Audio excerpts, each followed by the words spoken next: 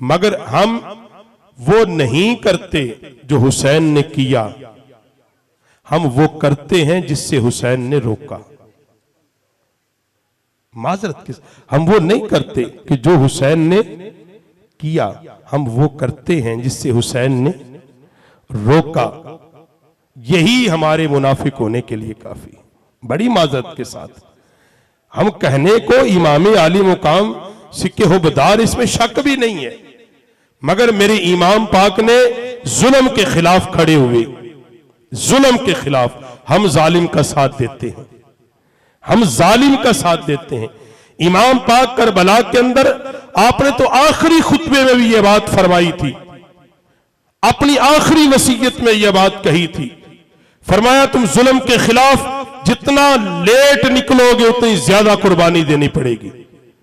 यह बात आपने काबतुल्लाह से निकलते हुए भी बात कही, जब लोगों ने कहा अब कूफे में ना जाए, ये बेवफा लोग हैं, आपने फरमाया हम मुतवक्किलीन में से हैं, हम अल्लाह पर तवक्कुल करने वालों में से हैं, जो भी होगा हम अपने अंजाम को अपने रब पे छोड़ते हैं, मगर हम कभी भी मोहम्मद के दीन से बेवफाई नहीं करेंगे। इमाम आली मुकाम तो करबला के अंदर जाने का मकसद क्या था? क्या सिर्फ कि 4 दिन इक्तदार मिले? नहीं, लोगों पे वाज़ह करना था कि हुसैन एक नजरिए का नाम है, हुसैन हक का नाम है, हुसैन वो है कि जिसने कायनात को ये बताया है कि हमेशा मजलूम के साथ खड़े हो जाओ, जालिम के आगे मद्दे मुकाबल उसके दीवार बन जाओ। हुसैन वो है जिसने बताया अल्लाह की हाकमियत को कबूल करो, ये सर सिर्फ अल्लाह की बारगाह में झुके, किसी और के दरबार में न झुके, किसी और के आगे न झुके। इमाम आली मुकाम रदी अल्लाह ताला अन्हो मैदान करबला के अंदर आपकी जुर्रत, बहादुरी, दलेरी का आलम यह है कि आप तो वहां भी अल्लाह की इबादत करते हैं, और अल्लाह की इबादत करके आप अपने साथियों से जो बात कहते हैं, फरमाया जो जाना चाहता है यहां से चला जाए। मैं कयामत के दिन बारगाह रिसालत में कोई शिकवा नहीं करूंगा, किसी किस्म का मैं शिकवा नहीं करूंगा, ये मेरे खून के प्यासे हैं, मगर इमाम आली मुकाम के वो बावफा साथी, वो बावफा साथी, वो आपके साथ रहे और मैदान करबला में आपके साथ कुर्बानी दी और मुकामे रिजा पर पहुंचे। और उलमा ने लिखा है कि इंसानियत के अंदर अगर कोई मुकामे रिजा पे पहुंचा है वो सिर्फ इमाम आली मुकाम है, जो करबला के अंदर मुकामे रिजा पे पहुंचे। मुकामे रिजा ये था, चाहते तो जिंदगी मांग लेते, मगर नहीं मांगी, सब कुछ राह खुदा में लौटा दिया। और आज हर गली और हर बाजार के अंदर और हर जगह पे जो हुसैन हुसैन होती है, जिक्र हुसैन की मजलिस सजती है, हर जगह जो पैगाम हुसैन की मजलिस सजती है, हर मुकाम पर जो हुसैन रदी अल्लाह ताला अन्हो का जिक्र खैर किया जाता है, और हर जगह जो मिसाल करबलाए मुअल्ला की दी जाती है, हर जगह जो जिक्र और उनकी दास्तान को बयान किया जाता है, वो ऐसे नहीं किया जाता या अय्यतुहन नफ्सुल मुतमइन्ना इरजी इला रब्बिकी रादियतम मर्दिया फदखुली फी इबादी वदखुली जन्नती। हुसैन उस मुकाम पर पहुंचे हैं कि जिस मुकाम का ऐलान अल्लाह ने फरमाया कि एक वक्त जब ऐसा आता है अल्लाह अर्श सजा के कहता है आजा, आज अल्लाह तेरे जियारत का मुश्ताक है, अल्लाह तेरा दीदार करना चाहता है।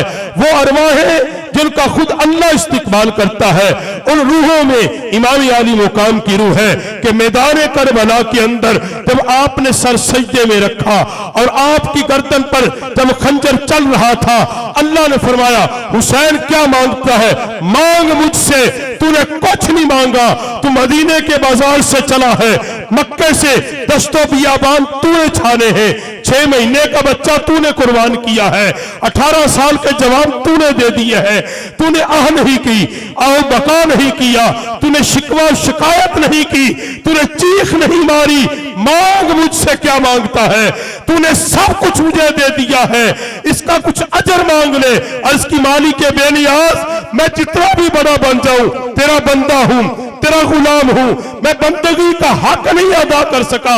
अल्लाह मैं कुछ नहीं मांगता, अगर तूने देना है तो अपनी शान के लायक दे, अपनी कुदरत के लायक दे, अपनी रहमत के लायक दे। उलमा फरमाते हैं अल्लाह ने हुसैन से करबला में ये वादा फरमाया, हुसैन तूने सब कुछ मुझे दिया है, सुबह कयामत तक तेरे नाम को जिंदा कर दूंगा, तेरे जिक्र को जिंदा कर दूंगा, सुबह कयामत तक तेरी मिसाल को जिंदा कर दूंगा, सुबह कयामत तक तुझे हुर्रियत का रहनुमा बना दूंगा। और यही बात है आज गली गली नगर नगर हर जगह जिक्र किसका है? इमाम आली मुकाम का है। हुकूमत कैसी चाहते हो कि जी हुसैन की तरह जिंदा रहना चाहते हैं। जिंदगी कैसी चाहते हो कि जी हुसैनी जिंदगी चाहते हैं। भाई हुसैन की जिंदगी कोई आम जिंदगी नहीं थी, हुसैन की जिंदगी गाने बाजे सुनने का नाम नहीं था। हुसैन वो था कि जो नबी की सीने पर कुरान उतरता था उस सीने पर हुसैन खेलता था। जिस कंधों पर बैठकर अली ने काबे का बुत तोड़ा, हुसैन उन कंधों पे खेला। और जिन जुल्फों की कुरान ने कसम खाई, हुसैन उन जुल्फों से खेला है। और जिस घर के आंगन में हुसैन खेला है वहां जिब्रील खादम बन के आया है। हुसैन वो है जिसने नबी के पीछे नमाज पढ़ी है। हुसैन वो है जो मस्जिद नबवी का नमाजी है। हुसैन वो है जो तहज्जुद का नमाजी है, जो रात का नमाजी है, दिन का रोजेदार है। हुसैन वो है कि जो कुरान के रमूज जानता है, कुरान की हकीकत जानता है। हुसैन वो है जो जिहाद का गाजी है। हुसैन वो है कि जिसने अपनी जिंदगी का एक एक लम्हा अल्लाह के कुरान में, नबी के फरमान में ढाल के बताया है, कायनात को बताया है। अगर किसी ने मुहम्मद का दीन सीखना हो, नबी का फरमान सीखना हो, नबी की सीरत लेनी हो, नबी की सूरत लेनी हो, नबी का किरदार लेना हो, हुसैन से बढ़ के उम्मत को ना कोई नबी का किरदार दे सकता है, ना नबी की सीरत दे सकता है, ना नबी का उसवाए हसना दे सकता है। क्योंकि इमाम हुसैन मजहरे मुस्तफा था, इसलिए अल्लाह ने हसनैन करीमैन को तस्वीर मुस्तफा बना के भेजा था।